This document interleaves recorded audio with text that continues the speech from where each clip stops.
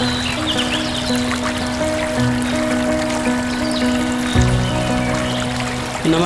दोस्तों, मैं महेश जोशी एक बार फिर से आप सभी लोग का स्वागत करता हूं टॉक विद महेश में। आशा करता हूं और उम्मीद करता हूं कि आप सभी लोग सकुशल पूर्वक होंगे।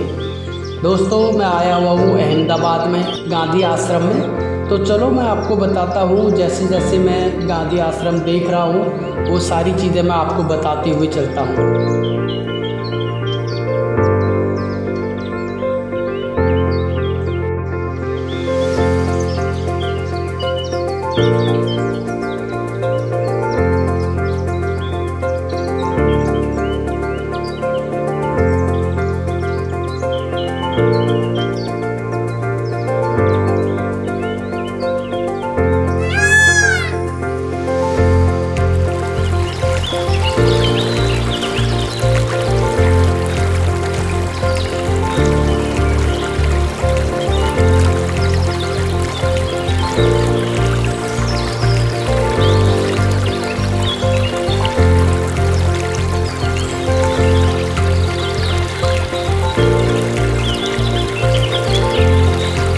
जब हम इतिहास की गलियों में चलते हैं, कुछ स्थान ऐसे होते हैं जहां समय ठहर जाता है।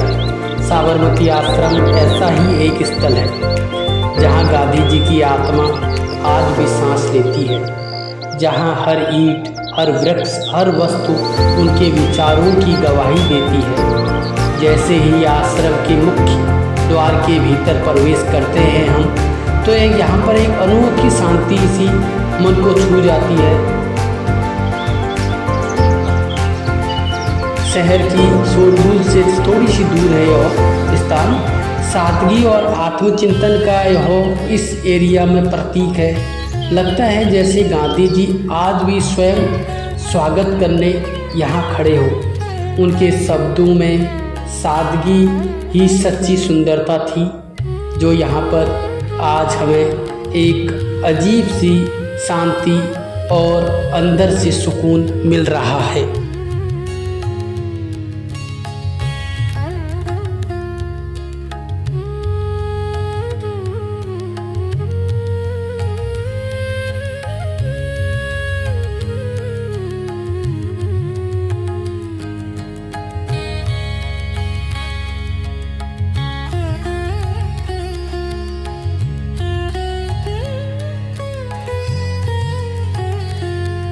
छोटा सा घर जो सामने आप देख रहे हैं, गांधी जी ने यहाँ पर कई वर्ष अपने जीवन के बिताए। आज भी यह घर जैसे के तैसा है, बिना किसी आडंबर के वहाँ रखा उनका वह चरखा, लकड़ी की मेज, मिट्टी का लोटा, सब कुछ उनकी उपस्थिति का यहाँ पर हमें आभास करा रहा है, जैसे वे अभी उठकर प्रार्थना सभा में गए हो। संग्रहालय में गांधी जी के जीवन की कुछ झलकियाँ भी हैं, उनके पत्र हैं, उनकी दुर्लभ तस्वीरें हैं। कई यहाँ पर हमने दस्तावेज देखे। एक चित्र जो है नमक सत्याग्रह से भी यहाँ पर है। उसके साथ साथ कई चित्र ऐसे हैं जो देश के कोने कोने में उनकी यात्राओं को दर्शा रहे हैं। कितने ही क्रांतिकारी लोगों का समूह यहाँ पर दीवार में ऐसे लग रहा है कि उमड़ चुका है। अगर हम इन तस्वीरों की गलियों से अंदर होकर चलें तो हमें देश के उस समय की स्थिति का आभास होता है। वह समय जो आज के इस आधुनिक चकाचौंध से काफ़ी पीछे था, लेकिन सच कहूँ वह हिंदुस्तान का स्वर्णिम दौर था, स्वर्णिम समय था, जिस समय एक एकता थी।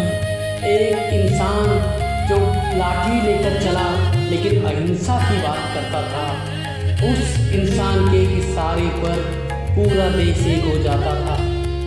जिन्हें सुभाष चंद्र, भगत सिंह जैसे कई क्रांतिकारी नेताओं ने अपना आदर्श माना और उनके 25 लोगों को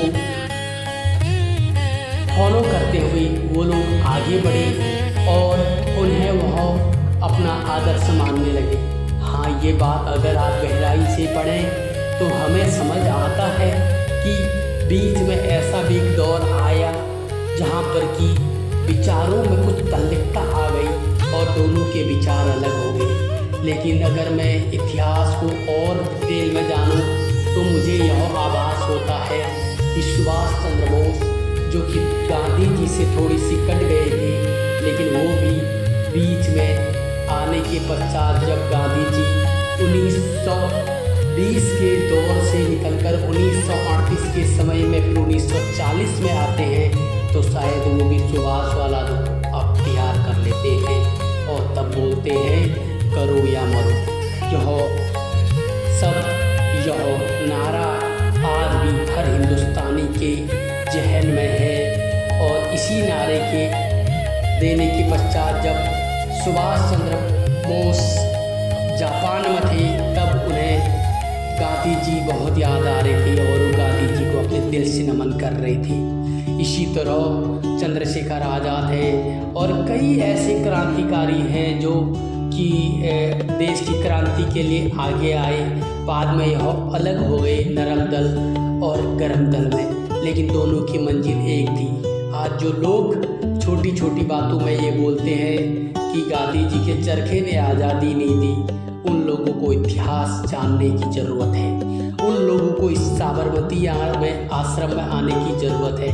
उन्हें यह जानने की ज़रूरत है कि रास्ता एक था, बस समय और परिस्थितियाँ अलग अलग हो गई। जैसे कि हम एक क्रिकेट मैच की बात करें, कोई आक्रामक आके खेलता है, कोई पहले तेज खेलता है, लेकिन एक बैट्समैन को ही मैन ऑफ द मैच मिलता है जो हर फील्ड में अपनी टीम को एक संगठित ढंग से करके जिता के ले जाता है। तो जब हम यहाँ पर आए, चरखा देखा, उनसे रिलेटेड और कई सारी चीज़ें यहाँ पर देखी, हम थोड़ा इतिहास में अंदर ही चले गए थे। तो मैं यह कहना चाहूँगा साबरमती आश्रम केवल एक स्मारक नहीं है, बल्कि यह जीवंत विचारधारा है।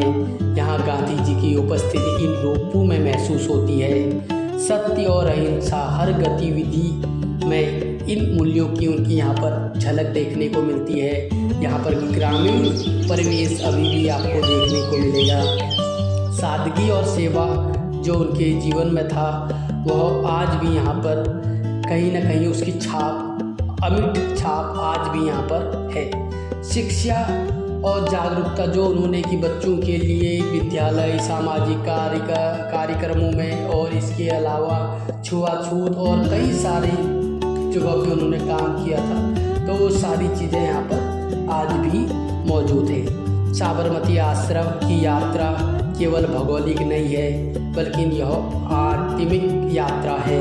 यह अनुभव कराता है गांधी जी किसी पुस्तक या प्रतिमा तक सीमित नहीं है, वो हर एक व्यक्ति में जीवित है, सत्य बोलता है और अहिंसा को अपनाता है, समाज की सेवा करता है। उन सब में आज भी गांधी जी की शिक्षाएं और गांधी जी का वजूद है।